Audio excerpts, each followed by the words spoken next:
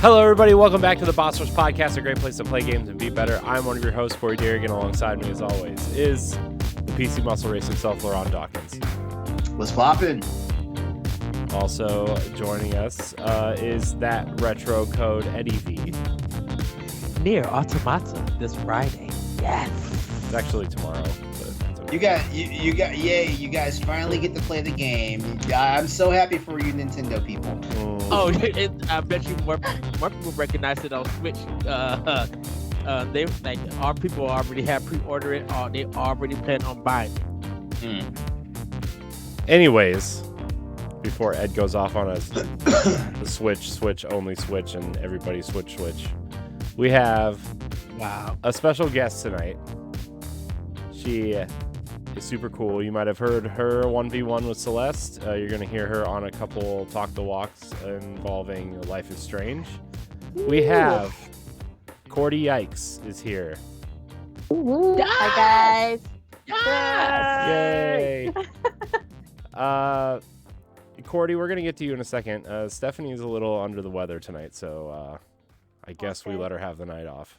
So everybody tweet at Kliamov_author and tell her to feel better because, feeling sick sucks. Yes. But anyways, Cordy, we're glad you're here. For people who don't know who you are, tell people who you are and what you do and why you're cool. I do a little bit of everything, but not a lot of everything all at the same time. I'm esports. I do digital marketing. I talk about Life is Strange like nobody's business. And I'm an Animal Crossing cozy gamer. So that's what I do. That's what I do.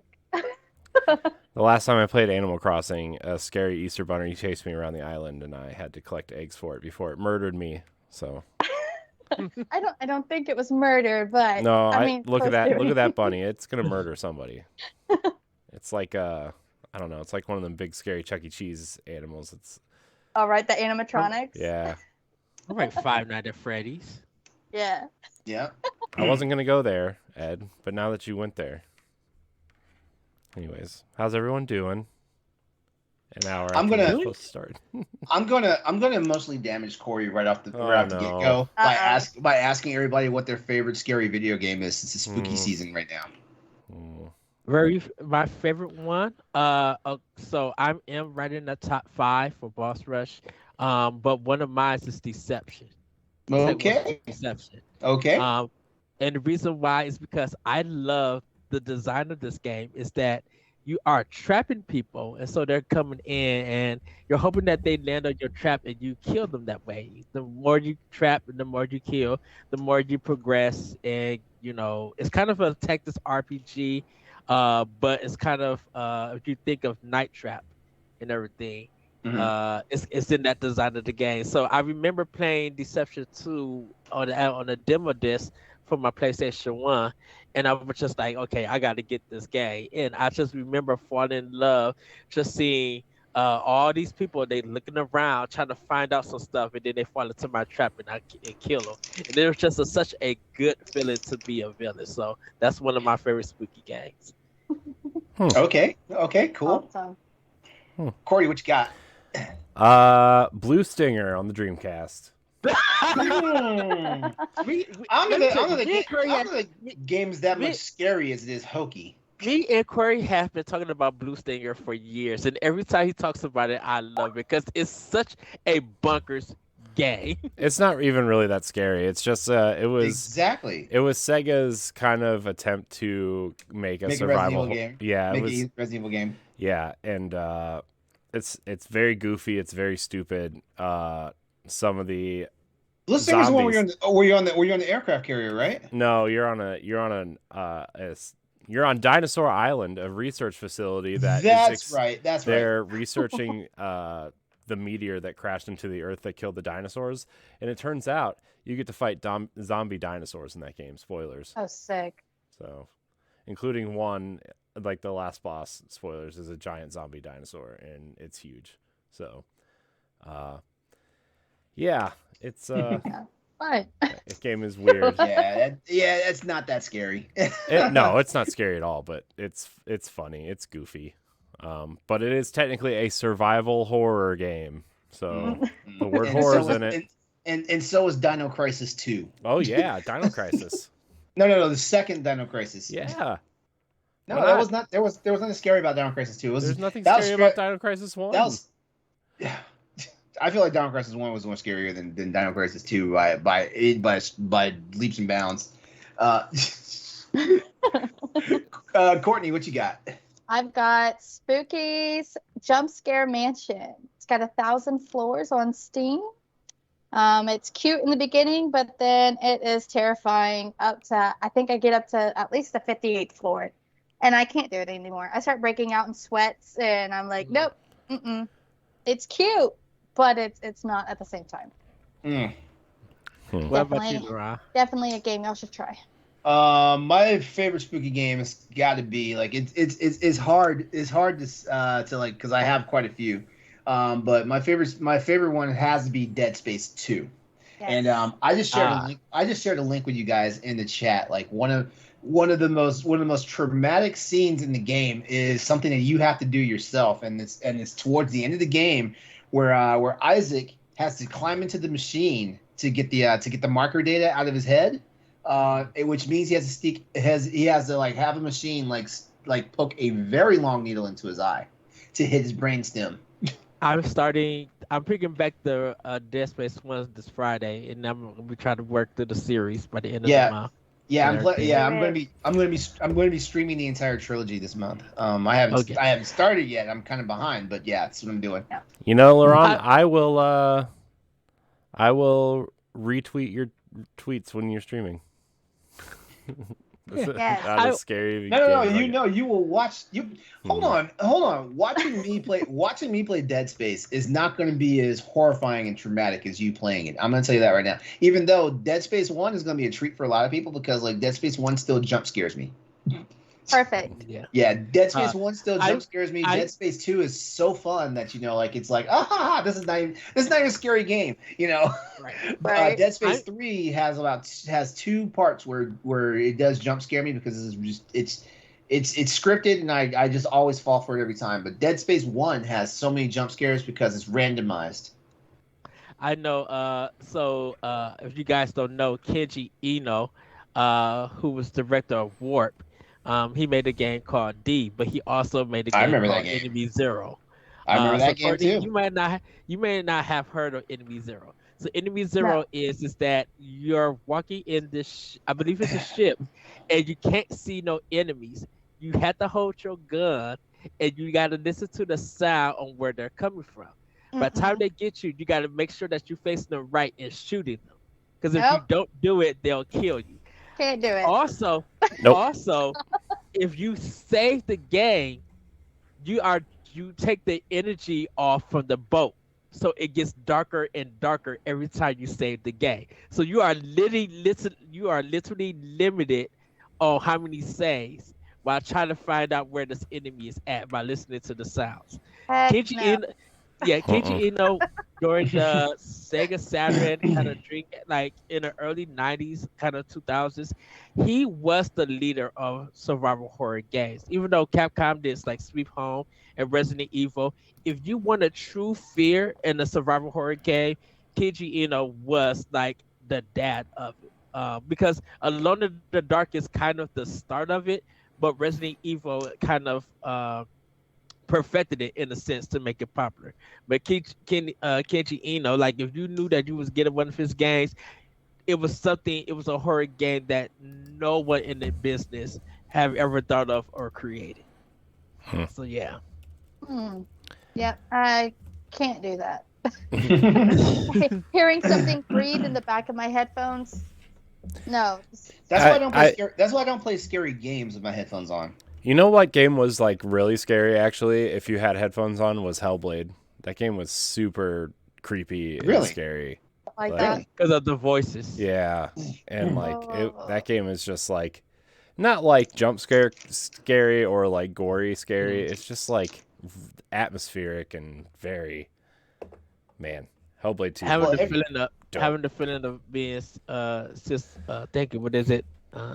Schizophrenic? I cannot say the word. It's psychosis. She has psychosis. Schizophrenic. schizophrenic. That's it. Yeah, having that where all the voices talking to you and everything. Well, I mean that like I want to say every Dead Space. Dead Space 1 and 2 for sure. Like there's someone always whispering and talking in the background, and sometimes they're talking at you, and there's sometimes just talking around you. But what about Parasite Eve? Like, was that supposed to be? It was. Game? I don't think Parasite Eve was supposed to be. I think it was just more of a thriller sci-fi type game. Like it was set up as an RPG, so I don't feel I don't think it could be scary. Okay. Yeah, I always wondered what was Parasite Eve considered as? Because I know that had RPG elements. Yeah. And you was running around shooting and stuff. It's an action RPG. Yeah. Okay. Yeah, that's what I would say it was. I don't know why I got phlegmy all of a sudden. Flemmy. Phlegm. Gross. It's about that time of year, guys. So you know Yes. what else Yeah. it's time for. It's Patreon shout outs. oh my gosh, Ed. Let's Oh, go. goodness. Anyways, yes, it is time for our Patreon shout-outs. If you want to support the Boss Rush podcast and our family of shows, you can head on over to Patreon, patreon.com/Boss Rush Network, a monthly subscription service where you can support your favorite creators directly. We offer 2 tiers. $1 a month gets you early access to multiple shows here on the Boss Rush Network, or the $5 tier. What's the $5 tier get you? It gets you early access plus a Patreon producer shout out. Why are you laughing like that? Because Let's he's go. doing all these hand motions. I can't. I Getting distracted. I was distracted because I was looking at something online just now. Oh wow. So without further ado, our Patreon producers for this episode of the Boss Rush podcast are Adriel Munger, Celeste Roberts, Okay, now I'm watching. my wife, Sana Dierig, Francisco Santillan, Rebecca Jewell, and Austin Campbell. What? Yeah. Yo. Yeah. All right. I Yeah. love you. I miss Austin. We I need to miss get him Austin. on here at some point. Let me tell you, me and his wife been falling out laughing for all his goofiness on Twitter. I just be like, this man is something. I love Austin. Oh, I loved her comment on the TikTok I shared where the dog like chokeslammed the pit bull. I mean the cat chokeslammed the pit bull. Oh my god, that was hilarious. Gosh. Wow. Okay, something was going on with these 2 pit bulls and a house cat. The dog's just tripping out, and the cat was like, whoa. And it got to a point where, the owner got all the animals calmed down, and it was a point where the dog was trying to climb back on the bed, and you just see the cat just like jump on his neck and No. get down to the ground off the bed. Wow. Wow. Anyways, I want to thank all of our Patreon producers. I want to thank all of our patrons, and I want to thank all of our free listeners. Remember, all of our content remains free. We just provide some perks for you if you want to support us. You can also support us by heading over to our store, which I'd never promote, or subscribe to the YouTube channel, or leave us a 5-star rating and review on Apple Podcasts or Spotify. Yes. Anyways, Let's go. who's doing cool stuff? Who's playing stuff? Anybody try to play Overwatch? No, not me. No, I've just been hearing everybody complain about trying to get in, and I'm thinking of DDoS. I attacks. downloaded it. Turns out if you have Overwatch installed somewhere, it just uses the Overwatch client and updates it to Overwatch 2. So, Oh, I does haven't it downloaded really? it for Yeah. Switch yet. Yeah, so Overwatch 1 you literally cannot download anymore or like even search for. Which is crazy. But also it's like exactly the same game with, a season. It's a free to play season pass model now. Yes. So, and if you didn't buy the first one and you downloaded the free to play one, you have to unlock all the heroes. They don't just unlock automatically. You have to play and unlock them all. I heard it takes a long time to unlock them. Yeah, or you can download I forget what it's called. It's like the Founders Pack for $40, and it unlocks all of them and grants you the first season pass. Does it? Yeah, I guess who's downloading it right now. So I know people were just like, I've been in shorter queues of Final Fantasy 14 because when they got expansion, DDoSed. So I mean, it's not like that many people are playing. They're just getting DDoSed. So I mean, I'm sure a lot of people are trying to play it because it's Overwatch. But has anyone even said anything about the game? Like, yeah, Game Informer gave it a 9. Game Informer said it's a must play. Not that we really consider outlet reviews anymore, but we just had a conversation. Yeah, we had a whole conversation last night about that. But all outlets are saying, giving it 8s and 9s. They're like, Overwatch is back, and it's like, first of all, how can you review a game when half of it's not even out yet? That's what I want to know, because the campaign is the Overwatch 2 is supposed to have a campaign, and it's not out yet. Just a multiplayer. Technically, a live beta.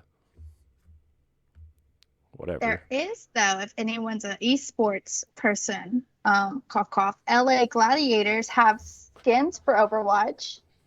They do. Oh yeah. They do. I posted that this morning. I was so excited. I'm wearing my Overwatch League hoodie too, by the way.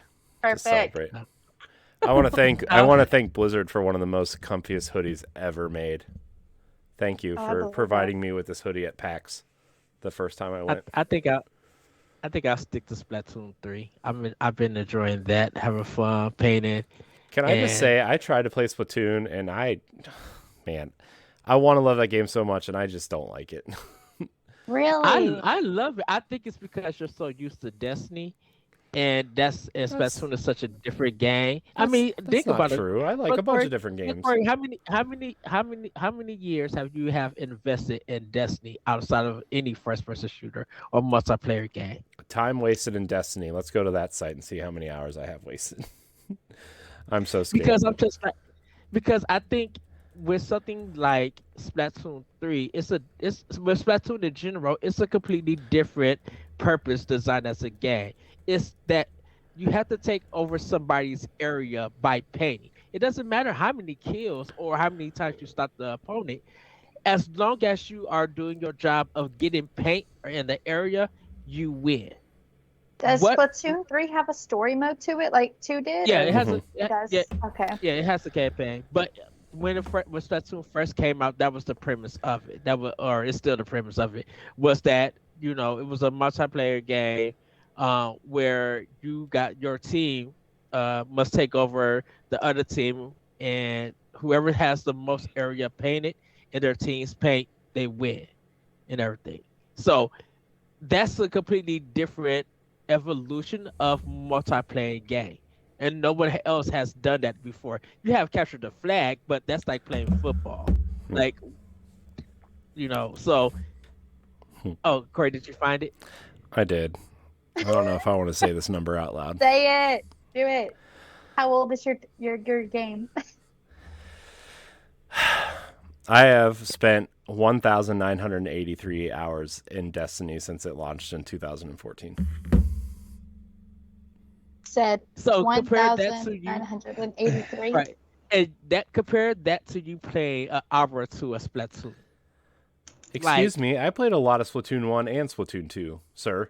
Have they reached any of that number? No. When you was playing? No, dude, I bet every other game combined doesn't reach that number.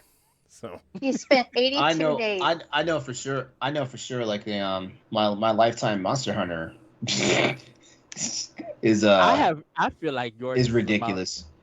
My lifetime, my 15 years worth of time. Yeah, exactly. Yeah, because we got to think from 2004. Okay, so I've had multiple Monster Hunter games where the time bottomed out at 99999. Yeah, multiple games. 5. Yeah, like I think like I got it. but I have to check. I have to check and see how much time I've logged into the PC version of Sunbreak right now. Yeah. It's probably ridiculous.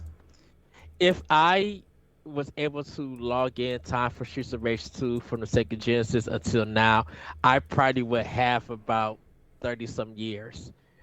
Because I used to play Streets of Rage 2 every day 30 after years. school. I used to play Streets of Rage 2 along with Arrow Flash for the Sega Genesis used to be my after school games, and I would play them I'm not for a math expert, years. Ed, but I think that's pretty impossible. That's still a low number, if we're being honest with you. Low number. It's From Sega Genesis to now. no. It's still that's still a low number because like let me ask you a question. Like those games are simple to beat. Like when I say simple to beat, I mean like they're not time wasters. You know, like they're not time consuming. Like for like when we jump on games like Monster Hunter, Destiny, Splatoon, you know, stuff like that. But you're Final not. Fan- But Huh? like 7 hours per week as well because I'm a kid. Well, 7 hours per week still though. Like Corey From has 19 Corey. How many hours did you say you just had? 1980 something. See, I can't. 83. 82 days.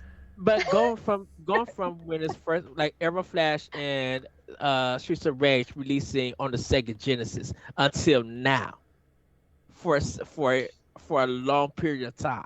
Mm-hmm. Well, I can probably say I probably rival that and just playing Mega Man 2. I could probably say that too. Yeah, well, but I just feel like you may be coming close to like touching Corey's times and stuff like that, you know, with those games. If we want to put it in perspective like that, but I still feel like a game that you can beat in like an hour, whereas Corey and I are playing games that are self-sustaining games. Like they stay there until the servers are dead. Yeah. Yeah, so I feel like quantitatively, like it's still unbalanced. Yeah. But I do respect it though, because just like you have old school games, you burnt the hell up, since the beginning of time. So have I. Like there's a reason why I have emulators because I can't let these games go. And I think that's why when you're comparing something Splatoon versus Destiny, and this happens for a lot of games, people invest their time in their favorite games. And even though another game should have that same almost time investment, even though it's good, it may not be your taste or anything. So Corey, I'm not getting on you or anything. Sounds like but you are, and it hurts my feelings. but I think that's one of the things people I think sometimes don't see. Like I think when you invest a lot of time in that game, it becomes a favorite. And anything that's comparative, whether it's within the same genre or not, even though you could be spending more time in it, some people might think that, well, it's okay, but it's not my game that I invest a lot of time in. And it's just like, well, if you kind of tried it and invest some time in it, you might enjoy it. No, it's not my game and everything. Okay, I'm more of a I have ADHD and I can't commit to anything. But I enjoy every game I play. So it's an hour and a half. It's an hour and a half to beat Streets of Rage 2, and this is if you're not being a completionist. Yeah. So an hour and a half. So let's see, an hour and a half times 7. So 1.5 times 7. My math teacher would kill me. That's 10. That's 10 and a half hours of the game per week. Added with all 4 characters. Okay, see, now you're doing too much. Oof. Now you're doing too much. I'm just keeping it really basic. All right, so we take that 10 and a half and multiply it by 52 because that's 52 weeks in the year, right? So we're looking at 546 hours. Now, how old are you, Ed? I'm 42. You're 42. No. And how old do you think you were when you first got the game? When was released? I think 1993. Because I remember I was in elementary school when this game came out, and I was in love with house music, and so hearing this game, so December 20th, 1992. All right, so from 1992 until When's the last time you played it? If you said you played it this year, then I would use. Yes. Okay. Yes. All right. So 30 years. Here we go. You ready for this number? 16,380 hours. That's being conservative. I have not taken into effect that you've used all 4 characters, and this. As a matter of fact, I'm going to say all 4 of those characters go into that 7 times 1.5. So you've done 16,380 hours. Mm-hmm. There's a lot of people who have eclipsed you and just playing Final Fantasy 14. Well, yeah. But I'm thinking of, because I wonder how much time did they invested in that. Right now with people with multiplayer games, when you're invested in playing something that you can play for hours within one play. Streets of Rage 2 is limited. Mega Man, like the old retro games, are limited because you play from start to finish. There is no continuation with that or anything, unless you try to like I said though, this is impressive as shit though. I really can't say for sure I put 16.4 thousand hours into Mega Man 2. Maybe if I combine Mega Man 2 and 3 together, maybe. That sounds like a lot. I know it sounds like a lot. No, you don't understand. I used to marathon those games on weekends. Now you need to do that again. Someone's got to. Not gonna be me. Which would be me. Hey, game preservation. Yeah, game preservation. Speaking of Overwatch, game preservation does not exist. So, anyways, what's next? What are we doing? My brain just stopped working for like 5 seconds, so I'm sorry. Did everybody get a chance to talk about what they were playing? No, I haven't. Okay. We can keep doing that, or we can go ahead and actually have a real talking topic. I mean, we could probably just have a talking topic, unless somebody has something really outstanding they want to share with the class about what they've been playing. No, Monster Hunter and Diafield Chronicles for me. There you go. I said it. Is Diafield Chronicles worth it? Is it good? It's that sounds like a no. Well, I can't believe about this. I can't believe about this is if you're a hardcore tactical RPG enthusiast, you've already done what you've had to do with Triangle Strategy. Diafield Chronicle is your next game. The next one.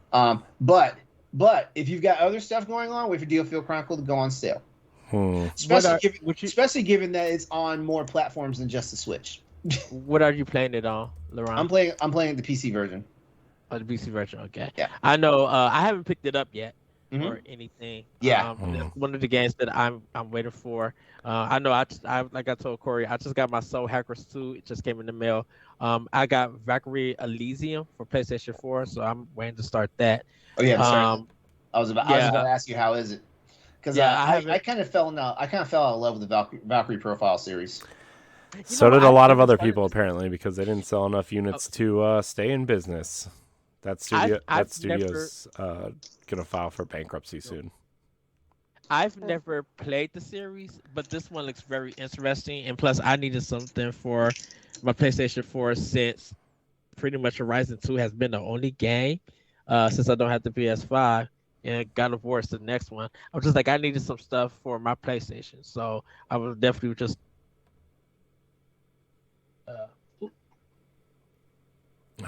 Ed's fumbling. So what happens when you Skype through your Xbox, Ed? I know. But yeah, I just haven't had that many games to get for my PlayStation 4 or anything, so that's why I just needed to get it. So I'm excited to play it and everything. And then, but I'm really playing this Spiritfarer on Switch. Really enjoying that. And then, like I said, I'm gonna start Dead Space. Pick back up on Dead Space 1. I'm not doing that shooting segment again. No, I'll just pick up. Wait, what shooting segment? Oh, the ADS cannon. I hated that. You have to do it again. You have to do it twice in the game. I don't know what any of this means. Okay, there's a section there's a section. So just for people who just needed a real quick Cliff's notes on what's going on with Dead Space. Basically, there's this giant ship that's called the Ishimura. That's called a planet cracker ship. This ship is designed to just like break through planets' crust and stuff to extract materials and stuff. To like because like we're in an energy crisis on Earth and stuff like that. So, but the problem is that when the ship like fragments a planet, all these asteroids and stuff like rise up from the planet and stuff, and now because the next closest thing with gravitational pull is the ship itself, the asteroids start bombarding the ship, and there's a thing called the ADS cannon, which the computers naturally control automatically and stuff like that, but because of the disarray that the ship is in, by the time Isaac and his crew get there, sometimes you have to manually go and handle the asteroids yourself and stuff like that. The ADS cannon is frustrating. It's frustrating. It's like playing Doom on clunky controllers with a Nintendo 64 controller. Doom 64. It's a good one. Yes. Goodness. I literally, when I had played that originally, LeRon, I had to stop the game after I beat it and throw in Vanquish. Because Vanquish makes you feel good about yourself, doesn't it? Yes. I love Vanquish. I love that game. I swear for every Vanquish and Bayonetta, like Platinum just for every Vanquish and Bayonetta, you get that 5 garbage. Babylon's Falls. Good boogity. Scalebound. I love Platinum games, but my God, they're problematic in ways that you should not think a company would be problematic. It's one of those things, and it's just maybe me. I mean, yeah, them working with Square is good for like the near games, but I just still feel like, man, them working with Nintendo, it's just something works with that. Just kind of almost like Sony with Insomniac, it works with that. You know, not all the time. Like we got Star Fox Zero.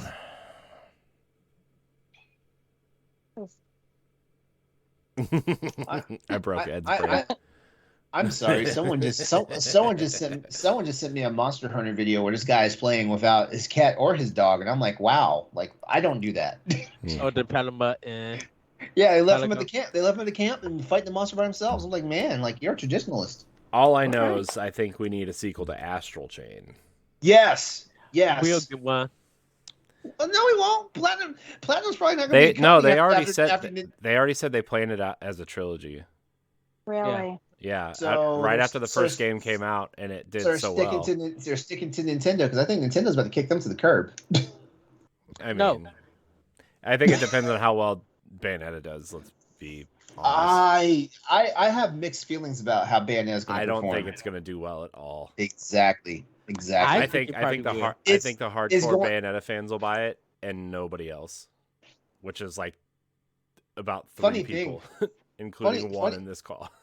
Funny thing, like Bayonetta 2 was a factor in me getting the Switch. Yeah, it's why a lot of people bought the Wii U initially too, all 12 of them. Yeah, like, and the only reason why I didn't have any problems spending $60 for Bayonetta 2 because I bought a Switch at year 3 of the Switch life cycle. The only reason why I didn't have problems spending $60 for Bayonetta 2 is because there was 2 games in that. You know, even though I have 2 copies of the original Bayonetta for PS3. You know. Mm-hmm. Yeah. Yeah. Man. It was fun playing. It was fun playing Bayonetta again on the Switch. It was. Yeah, but Bayonetta versus Bayonetta 2 is like, oh my gosh, there's such a huge difference in quality. Yeah, Bayonetta 2 was it's a comfort action style game. That's why I'm kind of mad at Capcom to be like, dang, bring DMC Devil May Cry to Switch. Like, give Ninja Theory that love that they deserved on that game. They're not and going bring to. That they don't. Capcom doesn't even want you to know DMC exists. They want you to exactly not with how Devil May Cry 5 has been so successful. Devil May Cry 5 is a game that actually helped Capcom make a good year that year. And remember, everybody hated DMC when it came out. So, I feel like it will actually. I think it would probably sell better on Switch. I think Ed, you think I everything think would sell that better on Yeah, Switch? you think everything? Yeah, you do. You But really you know, do. but Somebody don't could forget, put at poop that in a time- cup and sell it on Switch, and you would say it would sell better than everyone else. But think at that time there was so much anger towards DMC and Bayonetta at that time. Now look at it now. That Bayonetta Why was there 2, anger against Bayonetta though? because it was a on Switch, it was it coming was to a Wii U Nintendo. exclusive. It was a Wii U exclusive. The second one. I wasn't mad at Bayonetta so much as I was mad at like the fact that they made the decision to do that. Well, they went to Sony and I think they was trying to get do a No, number 2, and Sony and Microsoft. The thing is that Sega didn't want to publish the second one, and nobody wanted it because the first one was like mediocre. I mean, it was fine, but it didn't sell well. Like it sold like 270,000 copies, I think, 300,000 copies or something real low initially. And Nintendo needed a mature title that would sell units, and Bayonetta 2 was that. They said, hey, they went to Sega and said, hey, we'll fund this and we'll help publish it if you give it to us exclusively. And Sega said, sure, we're not putting a dime on it. And so, right, and so that's why everybody wanted the game to come to PlayStation and Xbox, because it was exclusive to Nintendo. Well, it's not so much that the first game released on those systems. It was nowhere near Nintendo. Yeah, what are you gonna play that on the Wii? About 2. I was just talking about 2. How would that have played on the Wii with that Wiimote? You would have automatically had to get a Pro controller. Because of Mad World. Would have cried. Dude, Mad World wasn't very good. Now, I will say this. I know people like it because it's hip to like that game because it's black and white and platinum, but that game was not very good. I'm sorry. All this reminds me of is the video games that came out. It's called Lost Kingdom and then Lost Kingdom 2. Yeah. I remember. I played the second one. I never played the first one, but it was, I don't know, it honestly was a flop. Personally. Lost Kingdom 2? Yeah. So that's what it kind of reminds me of, is that they thought that if they published out Lost Kingdom 2, like it would save them, and it didn't. Reason I bring up DMC Devil May Cry, I know we're gonna move on, is because I think there's a lot of gamers that's willing to give that game a chance. Well, now they are. Let's be for real here. A lot of games that did not do well in like their initial run, like they're like unsung heroes, like 5, 10, 15 years later, after the fact. It's like I don't know, it's like when you see a husband and wife bickering and the husband pops off to the wife real fast and she slaps him and they're like, and he's being like, I don't know what I was thinking there, dear. I am so sorry for that. That's how gamers are about certain games, like that they're much maligned, when they launch. DMC Devil May Cry is one of them. Like I was a champion of that game. I enjoyed that. The Xbox One version with the turbo, like the definitive version, loved that game with the turbo on. Yeah, like it was a refreshing experience to me, and I was one of those people that Devil May Cry made me sick because Devil May Cry 1 was phenomenal. Devil May Cry 2 was like this is almost a dumpster fire. Devil May Cry 3 brought it back, and then Devil May Cry 4 comes out and it's like, oh, so we're no longer, so now we've got a game where like we don't even play with the actual hero of the game anymore. What is this shit? I joke all the time. I was like, Devil May Cry, the game with not Dante in it, because you, and also, if I'm being honest, like I feel like Devil May Cry 4 was definitely lazy because like you played every board of the game with Nero, and then you played him in reverse with Dante. And Nero was arguably the better character because he had more moves because of his the devil arm or whatever. Yeah. So like you played. I feel like that game was. Oh, go ahead, Corey. Nope, you go, Ed. No, I was just gonna say that I feel like that game is worse than Devil May Cry 2. DMC4? Yeah, I agree. Yes. I agree. Well, one of the worst things they did, and I think it's because I don't know if it's because the game changed engines or whatnot. Because remember, Devil May Cry was built on a hybrid engine of what ultimately became Resident Evil 4. Yeah. Well, okay, so DMC, the Ninja Theory one was built on Unreal. So I remember, so in Devil May Cry 1, the original one, like there was this thing you could do where like if you basically like jammed on the button that he used to shoot Ebony and Ivory, it was almost like watching like those old westerns where like people are just going super fast with the guns. Yeah. So like that. Yeah. Devil May Cry 2, you could not do that to save your life. Even if you had a rapid fire controller, he would just and I was like, and that part pissed me off so badly because I was like, I feel like that part, like the game lost its stylish flair right there. That was one thing, right?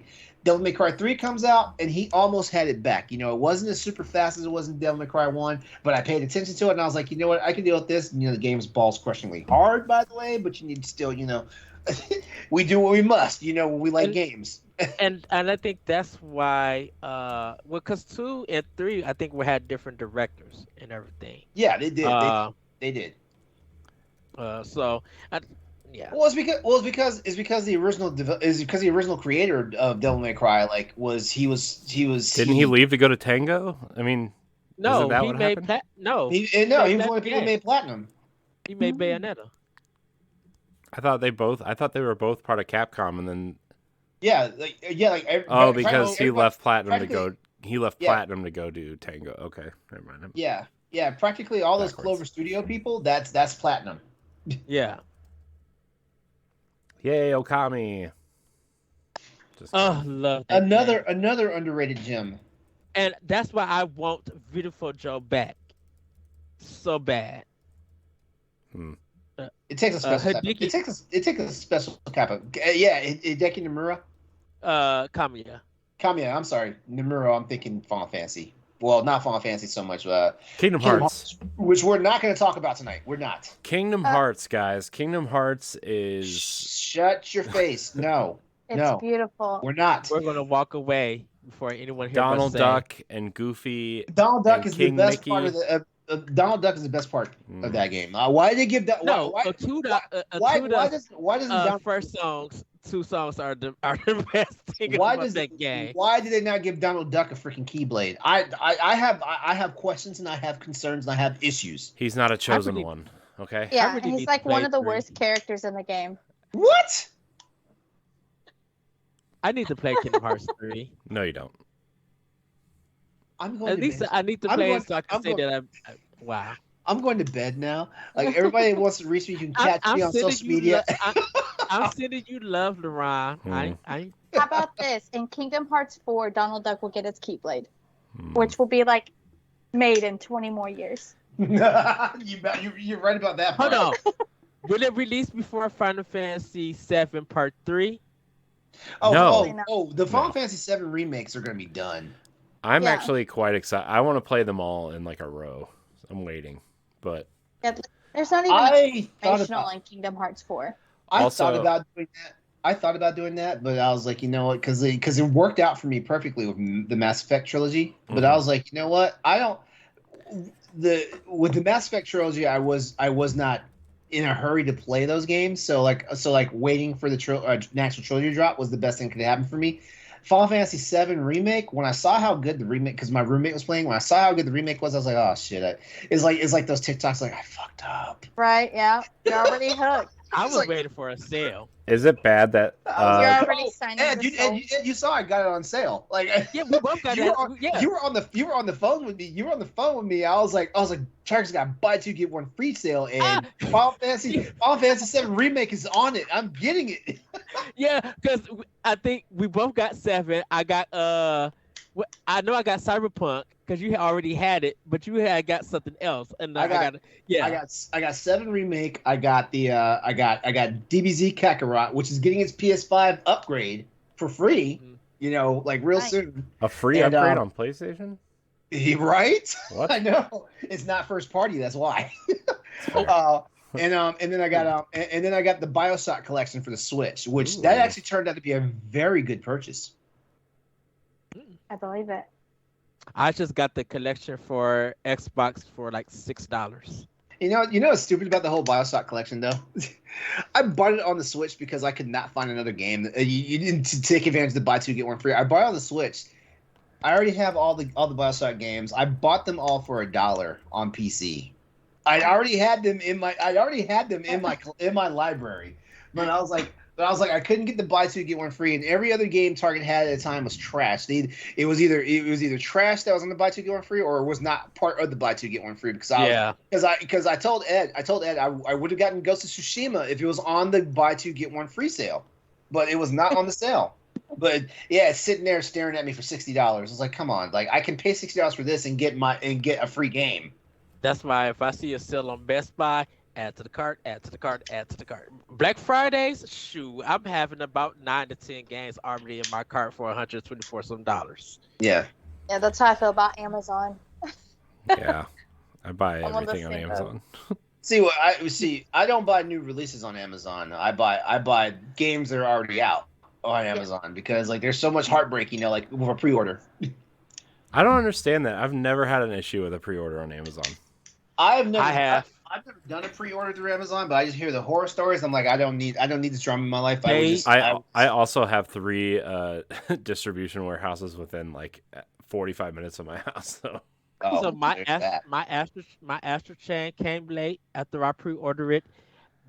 I pre-ordered the Fire Emblem, Three House Collection. They lost it. They never delivered it to my house, and I pre-ordered that. Like a lot of stuff from Amazon, I pre-ordered and I completely stopped after my Astro Chain came 10 days after the game came out. Try to do it the old-fashioned way. Just go to GameStop. Just do it there. Oh, I switched to Best Buy because Best Buy was just like, you can pre-order now. We have your game ready for when you come in to pick it up. So I switched everything to them, and I get since I get my $5 coupons and stuff, I can use that on my pre-orders to drop the price. Okay, that's smart. Well, I tell people all the time they should be pre-ordering from Best Buy. Best Buy does a better job than GameStop. Yeah, but do they have like the fun stuff that GameStop gives you though, like the keychain? See, that's the thing about it. I don't understand why. So I hate GameStop so much. This is the thing. Do pre-order it? Oh, dang nabbit. Dang nabbit.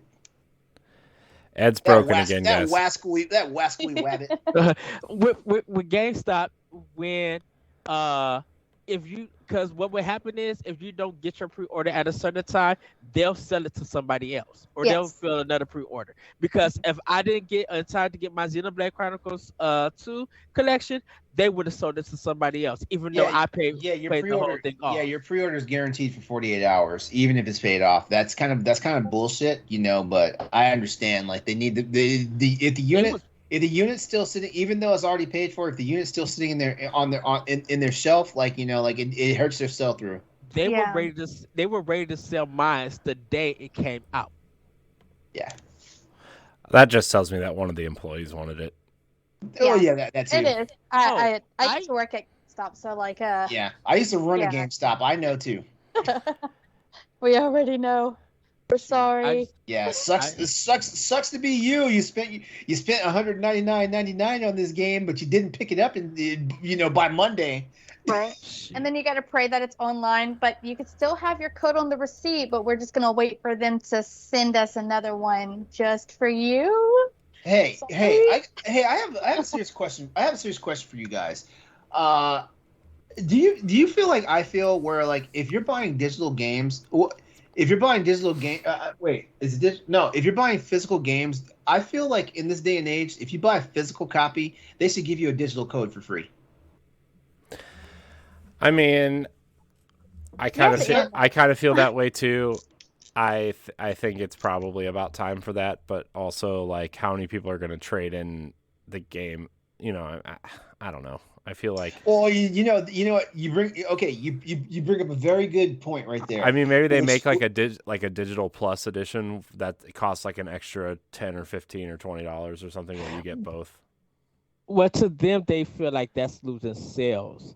Of why not make $120 instead of making $60? Okay. Here's the thing about it. Here's how you do that. Then you lock both the physical and the digital version behind the same code. So when you buy the physical version, and when you go to redeem your game, you have to use your code for the physical, which locks it in, which they're basically, I know it's like DRM, like an overdrive, whatnot, but if they're really worried about like losing their sales and stuff like that, like the same code you get for digital is the same. If you buy an attached bundle, like the same code you get for digital, you have to use it for physical. Well, this is the problem. Then it's because then trade-ins is going to be a problem because trade-ins. Well, here's the thing about it. Trade-ins won't be a problem though, because if it's locked to your account, guess what? Yeah. You trade your game in. You have. Well, that's what Xbox originally tried to do, right? And everybody hated it. Everybody was pissed off about. That's what I'm saying. It goes back to that conversation I had where gamers are like, I don't know what I was thinking. I'm sorry. Yeah. People would think that, hey, if I'm spending $60 and I'm getting 2 copies, I could keep the physical, trade in this digital version, and use that credit to why would you trade in a digital version? You can't trade digital. You keep the physical. You keep the digital and you trade the physical. Trade the physical. But it would. I think I guess I'm going to be the bad guy for the podcast tonight. I think companies need to revisit that whole thing because, like, I'm one of those people. Like, GameStop should have been dead by now. I know, gosh, GameStop should have been dead by now. Like, and they got help during COVID during that whole moment where they were. Didn't Microsoft invest something in them? Like, Microsoft invested some sort of like, how they were going to do that big community, like revamp the stores to be more community driven and have like a cafe or whatever in them. I haven't seen that shit yet. Just because they scrapped the plans because it cost too much money, and then COVID happened and they weren't bringing any money in. No, this was in the middle of COVID. No, this was right before COVID started. I thought okay, so I thought they closed all those Microsoft headquarters locations, like those retail locations, and then this was kind of like the birth child of it, like not the brainchild of the whole thing. Like they're like, oh well, like GameStop is back on the bubble now, so let's put this idea into them and help them out and stuff like that. That's what I thought it was, because the whole stocks thing, that was during COVID. That was during the first year of COVID. Oh yeah, I just seen an article on it. Was March of 2020 about the whole them trying to add it to a cafe. They've only done it to one, and it was the Oklahoma one, but then it looks like it ended up closing. Oklahoma, wow. of all places, like they could have put it in a metro area. Isn't that Austin's neck of the woods, Oklahoma? Yeah, it's Austin's fault. Yeah. Austin shut down that GameStop. Yeah, but no, what I'm saying is, like, I think the companies need to like revisit this idea and stuff like that, because I mean, okay, number one, it fixes the whole thing, because everybody complains that digital games are too expensive. They do. They feel like the cost of digital games should be the cost of digital games should be cheaper to incentivize people buying more digital copies. I mean, like you look at physical and digital sales, like they seem to be kind of on parity, but people always complain that is like, why is it, like it's almost like Switch games in reverse. Like we have all these digital games on the storefronts that are still full price, when in the stores, like they're like pennies on the dollar, and stuff like that. I think one of the things is, and it's just maybe me, it's like the licensing and everything to these games. Like, what do you mean? Right, because the thing about it is that some people feel like if you're paying for the digital version, you're really paying for the license. You're paying that in the physical version too, though. Right, but people don't think of license when it comes to the physical. They think that they literally own the game because they could pop it in and play. Now, this is different from Nintendo and PlayStation and Microsoft and everything. And the reason why I say it's different is because of if you pop a game in for Switch, if you're using your whatever characters, your main character or whatever, you can play the game without no problem. Where they won't take it offline or whatever. People think that stuff with digital would be like PT, where even though you downloaded the demo and everything, you can't play that game anymore. And if you cut your system online, Konami's going to automatically erase your game, even though you paid nothing for it. There, people thinking that it's connected to a license and everything. So we'll take it off and everything. We talked about Overwatch. They removed that whole game, and people paid money to get Overwatch. Luckily, I don't it's free think to I don't play. think I don't think anyone can get Overwatch 1 anymore. I don't think PC No, side. no, Yeah. no, Yeah. no. But I mean it's why would you though? because I think of people Well, who have some. Oh, go ahead, Oh, Corey. sorry. Their original plan was to have the multiplayer be crossplay against Overwatch 1 and Overwatch 2.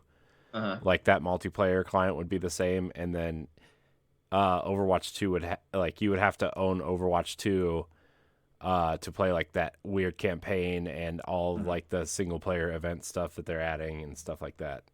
Uh-huh. And they were gonna like quietly sunset Overwatch 1 eventually, but then they're like, that seems like a bad idea, like everybody else, and Overwatch 2 is now a thing, and Overwatch 1 is gone. But it was smart making it free to play because they originally weren't going to make it free to play. Right. So Yeah, I'm happy they did that. yeah, Because I literally just bought Overwatch, I think, Christmas. Yeah. The first one. Yeah, and the thing too is like, if you own Overwatch 1, you get stuff in Overwatch 2 now. So including all the heroes unlocked automatically, which is Yes. I bought Overwatch 1. I installed it on my Xbox and never played the game. So Well, you got the characters, so yay. yay and everything. But I think that's the thing. It's just for a lot of people, they argue the first thing would be license and stuff. Now, I will say, LeRon, because PlayStation used to do this, there was some games that if you bought it physically, you got a digital copy of that game, which was cool. Was that during PS3 era? I can't remember. because Yeah, I remember PS3. MotorStorm was one of them, I think. Yeah. And I loved it when Nintendo did it with Mario Kart. You bought Mario Kart 8, but you got another game of like 4 games that you could choose from free. So you got like Pikmin, I think Super Mario Brothers U. That was more like a digital promo, Yeah, but I think I kind of like that kind of two in one game. That at least that I brought this physical, at least I could get another game for free.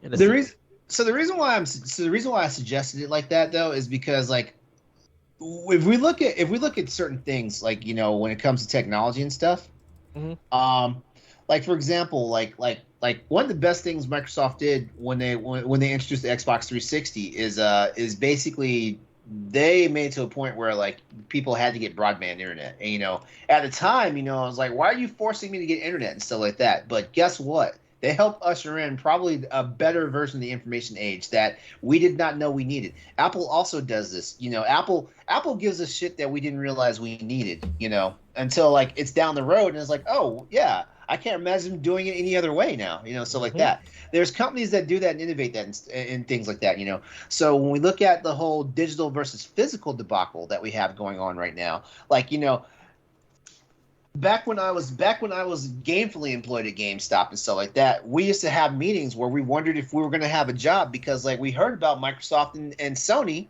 like trying to kill the buy sell trade like culture of gaming and stuff like that. So So what changed is the fact that like a new board of directors came to GameStop, and now everybody's in each other's pockets or whatnot, because I feel like the companies always turn around and say we're trying to protect our properties. This is why like like the PlayStation Network apocalypse happened. When the code was broken and people were able to jailbreak PS3s for the first time and stuff like that. We're trying to protect our properties and stuff like that. Oh, you protect your properties at the detriment of like the actual consumers, when the consumers would be the best thing to help you if you're trying to protect your property, and kill like the used sales market, hurting your profits and stuff like that. Digital games, outside development, digital games don't cost the companies crap. You know what I mean? Yeah, that's more profit for them. Yeah, so there are still people out there that still want to. There are people out there who still want to have physical copies. We can appease them.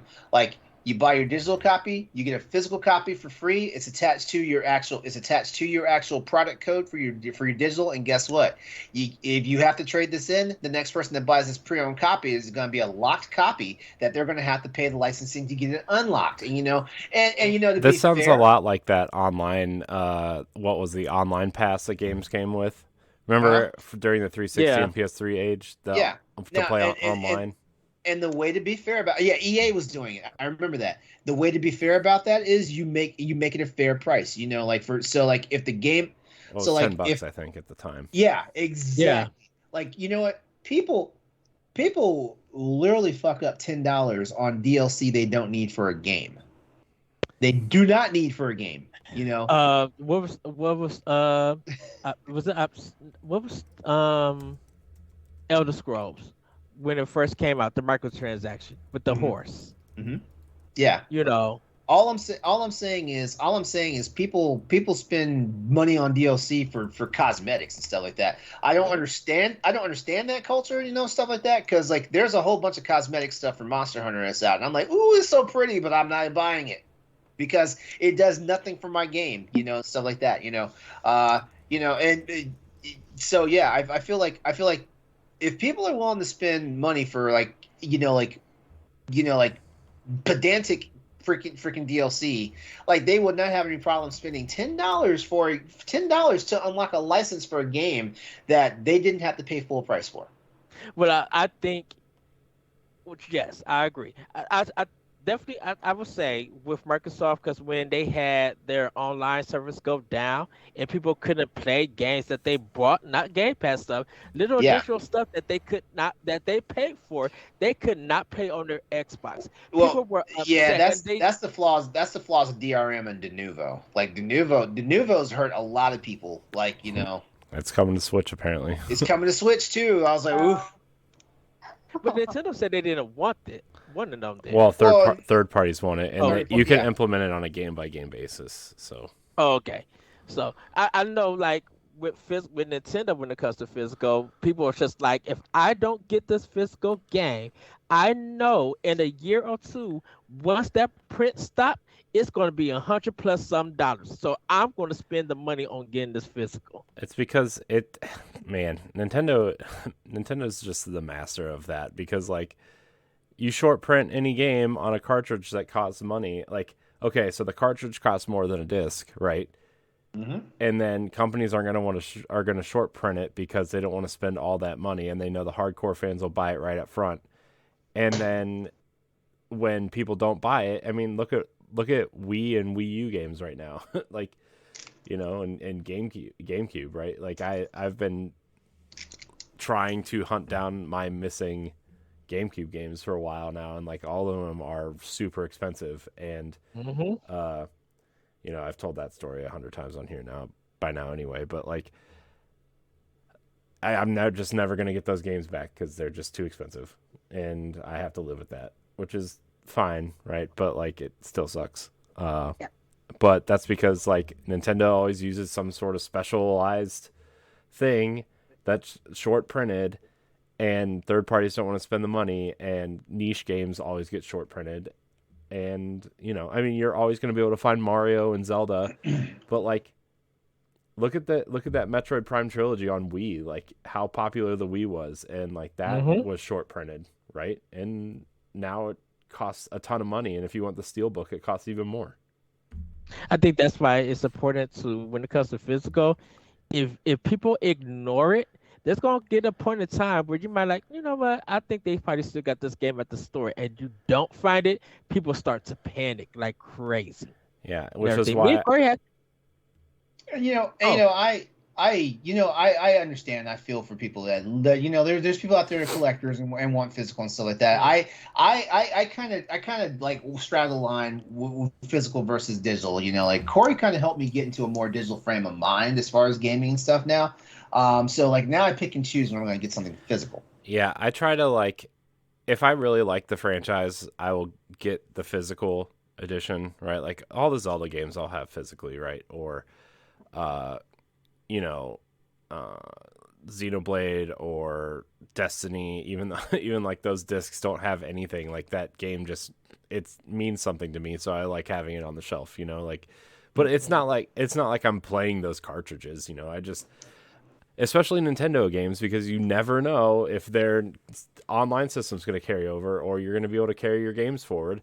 I can't tell you how many Switch games I have digitally, and I'm like terrified that they're not like whatever their next console is just not going to be able to play them, because 3DS and Wii U games are going away. Bye.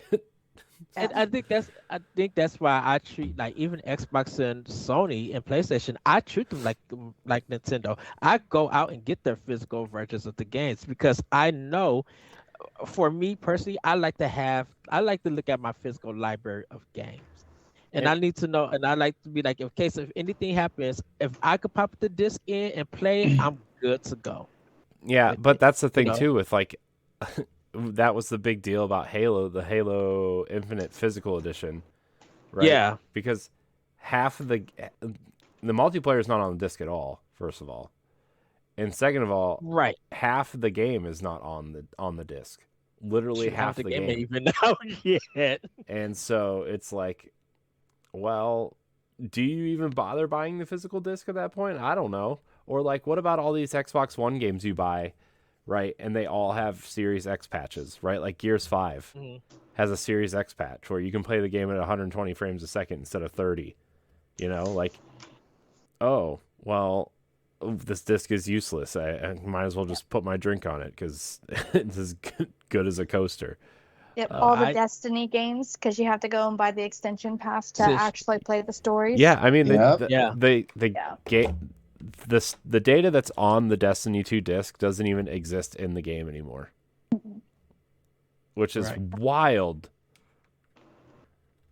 But LeRon, I'll like Ghost of Tsushima, The Last of Us. Like when it's a Sony game, really like Sony and Microsoft, any kind of new release game, that's why I order it at Best Buy because I'm like I want to go and get it and everything. I stopped dealing with Target because they want to wait for 10 years to find the game in the back when they should have had it out when they open. But the same way that I treat my Switch games, I treat PlayStation and Xbox. I'm pre-ordering that day so I could go and get it. Oh yeah, I'm not. Yeah, I'm not accusing you of doing anything different on that. It's just. I just feel like like once again, like gamers trap themselves in weird and awful scenarios when it doesn't have to be that way and stuff like that. And I feel like this whole physical versus digital thing can be easily fixed. Someone just has to take the initiative and stuff like that, and just figure out a way that's something that's consumer friendly. Because a lot of these companies are not consumer friendly. We know this to be self-evident. And it's just one of these things, like all three companies are doing stuff that, definitely is like, hey, we're consumer friendly. But at the same time, they also do something that's anti-consumer. It's like, what the hell are y'all doing? Like Nintendo does it, Microsoft does it, Sony definitely does it, and stuff like that, and it's just one of these things where, like, it's a vicious cycle. Like they make a decision, good or bad, they get ate up, by consumers. I just love games. I can't. Yeah. No, you don't. Yeah. Don't lie, Ed. You hate games. I love games. You hate games. I read your blog.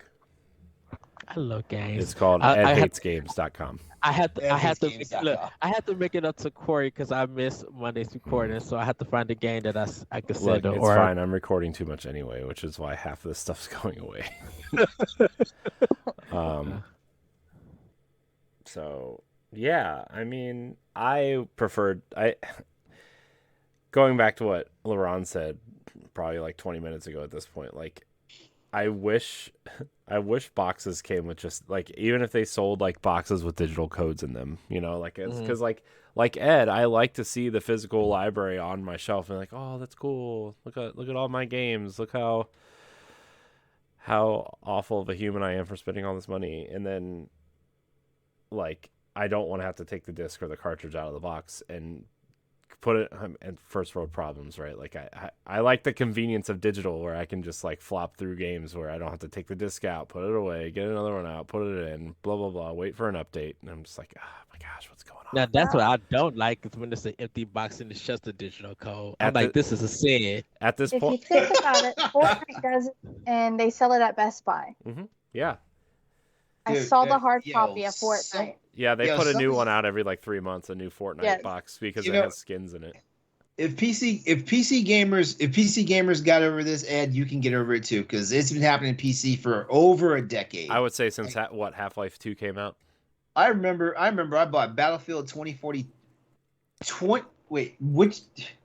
I gotta make sure. It's about not the newest one that came out. I think it's 2142. Does anybody remember their first digital game purchase? Ooh. Well, I remember. Actually, hold on. Hold on. Would WiiWare count or? Or what we got, like our first digital copy of a video game. First digital copy. I mean, I wouldn't really count like Virtual Console or WiiWare or anything like that. I was about to say Mario Kart on the Nintendo 64 is like first digital game that I've had. Or no, not digital, but actual hard copy, not digital. It would have to. I know for me, it would have to be something on PlayStation 3, and I cannot. Yeah, I think PS3 was the first. I think PS3 was probably the first place where I ever bought something. Oh, as a matter of fact, I know for sure. Like it had to be one of the fighting games. It was probably Tekken 5: Dark Resurrection. Because that was digital only. Like you couldn't buy a physical disc. So, for me, it was remember Gears Judgment when you went to buy it, they gave you the first 3 games digitally. If you bought the physical collector's edition or whatever, that was like $100, and they gave you the first 3 games digitally for free. And so I downloaded them on my Xbox 360, and then I was like, man, this is convenient. And then I went and bought the first Assassin's Creed game digitally. Yeah, I would have to go on my PS2 because everything first party wise, well, most of the first party stuff that Sony released are brought. I think it would have to be like an indie game. I think because like even with the big AAA stuff, I bought physically. I think it has to be an indie game on there. Yeah, I guess I kind of forgot about indie games. I would say I think I could remember Cave Story being the first one, being the first game that I brought, which will probably be on Wii, for WiiWare, because I remember playing that as on the PC when I was going to college, but the full game and everything I think I brought on WiiWare as a digital game. Interesting. Digital, I would have to say that Wario game on Switch.